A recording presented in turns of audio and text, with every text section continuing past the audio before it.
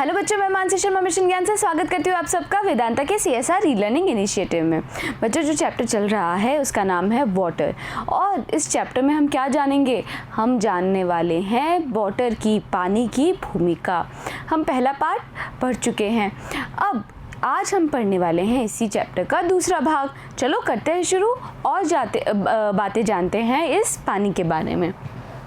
There is nothing which adds so much to the beauty of the countryside as water. ऐसा कुछ भी नहीं है, there is nothing, ऐसा कुछ भी नहीं है जो कि किसी देहात की खूबसूरती, ब्यूटी यानी कि खूबसूरती, और कंट्री साइड यानी देहात या फिर गांव वाला जो एरिया होता है, क्षेत्र होता है वो।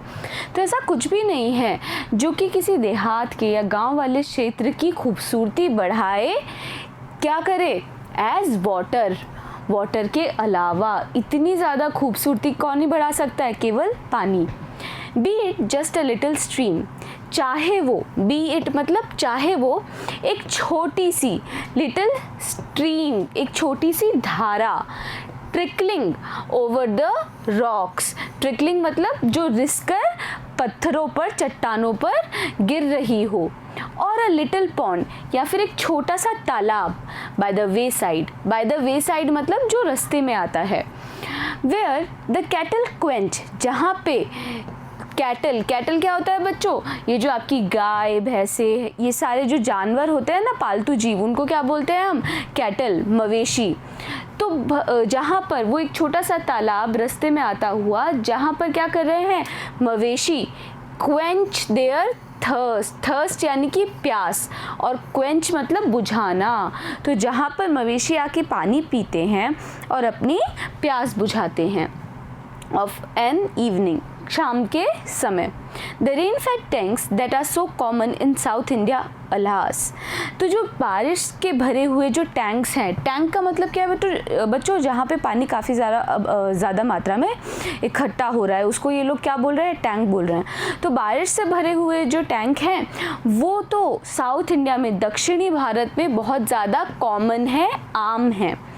अल्हास, अब अल्हास क्या होता है? अल्हास एक तरह का क्या होता है बच्चों? एक्सप्रेशन होता है, जो कि हम क्या थोड़ा सा दुख को व्यक्त करने के लिए बोलते हैं। जब हम बोलते हैं वाओ, तो हम क्या बोलते हैं? भाई बहुत खुशी की कोई बात होगी। तो जब हम अल्हास बोलते हैं, इसका मतलब कोई दुख की बात है। ऑफन सो सैडली निग्लेक्टेड, और दुख की बात क्यों है? क्योंकि ज़्यादातर उनको उपेक्षित कर दिया जाता है इन देयर मेंटेनेंस, उनके रख रखाव में। Are such a cheering sight, तो ये जो रेन फेड टैंक्स हैं, भले ही वो बहुत ज़्यादा उपेक्षित है उनके रख रखाव में, पर फिर भी वो एक बहुत खुश करने वाला, चीयरिंग करने वाला, एक खुश करने वाला साइट होता है, नज़ारा होता है। व्हेन दे आर फुल, जब वो पूरी तरीके से भरे हुए होते हैं। They are of course shallow, ये क्या होते हैं बच्चों? शैलो होते हैं, उथले होते हैं, कम गहरे होते हैं। But this is less evident, पर ये इतना ज़्यादा महत्वपूर्ण नहीं है और इतना ज़्यादा स्पष्ट भी नहीं है। सिंस द वाटर इज़, क्योंकि जो पानी है वो कैसा है? इज सिल्ट लेडन, वो गाद से भरा हुआ पानी है।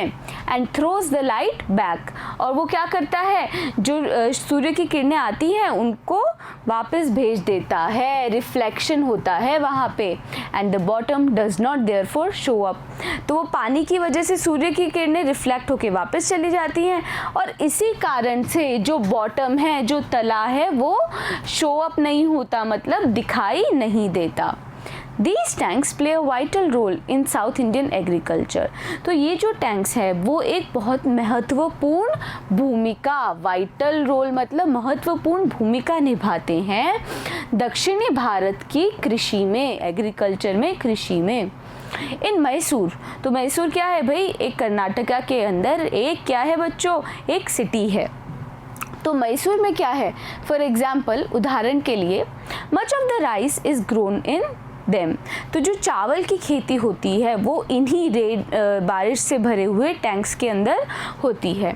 Some of these tanks are surprisingly large, और कुछ जो टैंक्स हैं वो बारिश से भरे हुए जो छोटे छोटे तालाब बन जाते हैं, कुछ इतने बड़े होते हैं, सरप्राइजिंगली लार्ज, आश्चर्यजनक रूप से इतने बड़े होते हैं। And it is a beautiful sight to see, और ये एक बहुत ही खूबसूरत नज़ारा बना देते हैं। ब्यूटिफुल, ब्यूटिफुल मतलब खूबसूरत नज़ारा बना देते हैं। टू सी द सनराइज और सेट, तो सूर्य उदय और क्या होता है, सूर्य अस्त। सी द सनराइज और सेट, देखना सूर्य उदय को और सूर्य अस्त को ओवर वन ऑफ देम, इन्हीं तालाबों के ऊपर से देखना एक बहुत ही ज़्यादा खूबसूरत नज़ारा बना देता है। वाटर इन अ लैंडस्केप में बी कंपेयर्ड, जो वाटर है किसी भी परिदृश्य में, लैंडस्केप में, वो कंपेयर किया जा सकता है, उसकी तुलना की जा सकती है to the eyes in a human face, मानव के चेहरे की आँखों से उसकी तुलना की जा सकती है। किसकी बच्चों? वाटर की, पानी की। It reflects the mood of the hour, तो जिस तरीके से जो आँखें हैं वो व्यक्ति का जो मूड होता है उसको प्रतिबिंबित करती हैं, उसी तरीके से पानी भी क्या प्रतिबिंबित करता है कि भाई किस तरह का मूड है। बीइंग ब्राइट एंड गे, तो बहुत ज़्यादा वो चमकदार और गे होता है, आनंददायक होता है। व्हेन द सन शाइन्स, जब सूरज चमकता है। Turning to dark and gloomy, बच्चों ग्लूमी क्या होता है? ग्लूमी मतलब उदासीपूर्ण, तो जब हमारे चेहरे पे जब उदासी आ जाती है तो आँखों में भी वो उदासी झलकती है ना, उसी तरीके से ग्लूमी क्या होता है? उदासीपूर्ण, है ना, दुखी। Turning to dark and gloomy when the sky is overcast, overcast मतलब जब जो पूरा आसमान है वो बादलों से पूरा ढका हुआ है, सूरज नहीं दिख रहा है, बहुत गहरा हो रखा है आसमान, तब क्या होता है? तब यही पानी कैसा हो जाता है? गहरा और उदासीपूर्ण और दुखी नज़र आता है। One of the most remarkable facts about water, तो एक सबसे ज़्यादा असाधारण, रिमार्केबल फैक्ट, असाधारण तथ्य पानी के बारे में इज़ इट्स पावर, वो है उसकी ताकत, पावर टू कैरी सिल्ट और फाइनली डिवाइडेड सॉइल, गाद को या फिर एकदम जो छोटे सूक्ष्म कण होते हैं मिट्टी के, उनको क्या करने में, इन सस्पेंशन मतलब उनके निक्षेपण की जो ताकत है पानी के अंदर, उसके बारे में बात हो रही है। This is the origin of characteristic colour, यही ओरिजिन है, उत्पत्ति का कारण है किसके? कैरेक्टरिस्टिक मतलब विशेष रंगों के, of the water in rain fed tanks, पानी के, यही जो पानी के जो रंग बदल रहे हैं, जो विशेष रंग आ रहे हैं, उनकी उत्पत्ति का कारण भी क्या है बच्चों? जो पानी की ताकत है, गाद को और सूक्ष्म कण मिट्टी के, उनके निक्षेपण की जो ताकत है, वही ताकत कारण बनती है वो अलग अलग रंगों के। These color varies with the nature of the earth, ये जो रंग हैं वो बदलते रहते हैं मिट्टी की प्रकृति के अनुसार। अर्थ, नेचर ऑफ द अर्थ का मतलब क्या है? पृथ्वी नहीं, यहाँ पे अर्थ का मतलब हो रहा है मिट्टी से। In the catchment area, catchment area मतलब जलग्रह वाला क्षेत्र, एंड इज मोस्ट विविड, और सबसे ज़्यादा वो क्या होते हैं बच्चों? अलग होते हैं, चमकीले होते हैं। Immediately after a fresh inflow following rain, कब सबसे ज़्यादा चमकीले होते हैं? खासकर तब जब एकदम ताज़ा बहता हुआ बारिश का पानी आता है।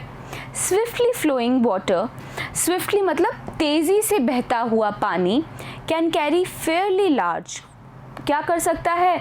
वो अपने साथ फेयरली लार्ज मतलब काफ़ी ज़्यादा अमाउंट में, काफ़ी ज़्यादा मात्रा में, एंड हैवी पार्टिकल्स, और भारी पार्टिकल्स ले जा सकता है तेज़ी से बहता हुआ पानी। द फाइनेस्ट पार्टिकल्स, जो एकदम सूक्ष्म जो कण होते हैं, हावेवर वो क्या होते हैं? रिमेन फ्लोइंग, वो क्या करते हैं? वो ऊपर ही बहते रहते हैं विद इन द लिक्विड, उस पदार्थ के अंदर, यानी कि पानी के अंदर क्या होता है? वो जो सूक्ष्म कण हैं वो ऊपर ही बहते रहते हैं। In spite of their greater density, इसके बावजूद, इन स्पाइट मतलब इसके बावजूद कि उनका जो घनत्व है, डेंसिटी है, वो बहुत ज़्यादा है, ग्रेटर है, मतलब बहुत ज़्यादा उनका घनत्व है, and are carried to great distances, और इसी कारण से वो बहुत बड़े डिस्टेंस पे ले जाए जा सकते हैं। भले ही उनका घनत्व ज़्यादा हो उन सूक्ष्म कणों का और उस गाद का, लेकिन फिर भी वो पानी के ऊपर बहते हैं और इसीलिए वो बहुत ज़्यादा लंबी दूरी तक ले जाए जा सकते हैं। सच पार्टिकल्स, ऑफ कोर्स, ये जो कण हैं, पार्टिकल्स हैं, ये जो कण हैं, आर एक्सट्रीमली स्मॉल, ये बहुत ज़्यादा छोटे होते हैं। एक्सट्रीमली मतलब बहुत छोटे, but their number is great, लेकिन उनका जो नंबर होता है वो बहुत ज़्यादा होता है। एंड इनक्रेडिबली लार्ज अमाउंट, और बहुत ज़्यादा मात्रा में of solid matter can be transported in this way. बहुत मात्रा में, बहुत बड़ी मात्रा में ये जो सॉलिड मैटर है, ये जो गाद है, उसको ले जाया जा सकता है, ट्रांसपोर्ट किया जा सकता है, पहुंचाया जा सकता है इस तरीके से, पानी के माध्यम से। When silt laden water mixes with the salt water of the sea, जब गाद से भरा पानी मिक्स होता है किससे? सी के, समुद्र के खारे पानी के साथ, सॉल्ट वाटर के साथ, यानी खारे पानी के साथ, there is a rapid precipitation, उसके अंदर बहुत तेज़ी से, रैपिड मतलब तेज़ी से क्या होता है? निक्षेपण होता है ऑफ द सस्पेंडेड मैटर, निक्षेपित पदार्थ का निक्षेपण होता है बहुत तेज़ी से। This can be readily seen when, और ये बहुत आसानी से, रेडिली सीन मतलब आसानी से देखा जा सकता है, when one travels by steamer, जब एक व्यक्ति स्टीमर के थ्रू ट्रैवल करे, मतलब स्टीमर क्या होता है बच्चों? जो भाप वाली नाव होती है। Down a great river to the deep sea, उसके भाप वाली नाव से ट्रैवल करे, कहाँ से होते हुए? एक बड़ी सी नदी से होते हुए वो कहाँ पहुँचे? एक गहरे समुद्र में पहुँचे। The colour of the water changes, जो पानी का जो रंग है वो बदलता है सक्सेसिवली, सक्सेसिवली मतलब क्रमानुसार बदलता है। और कैसे बदलता है?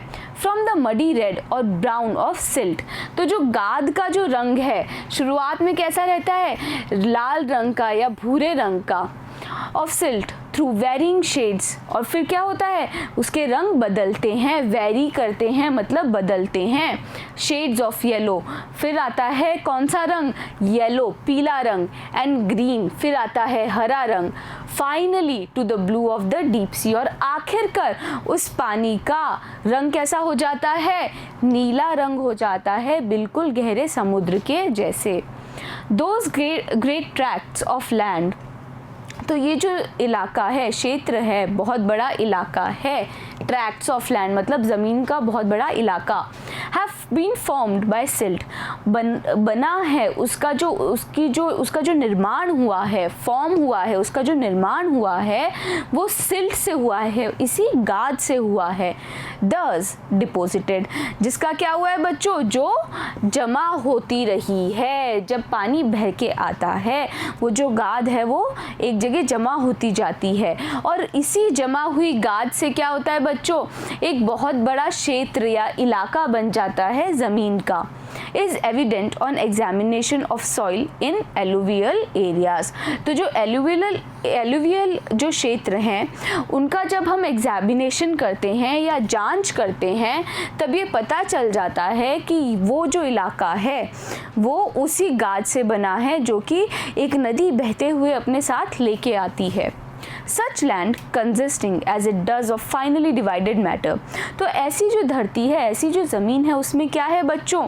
एकदम सूक्ष्म कण होते हैं पदार्थ, इज़ यूजुअली वेरी फर्टाइल, वो ज़्यादातर क्या होती है? बहुत ज़्यादा फर्टाइल होती है, उपजाऊ होती है।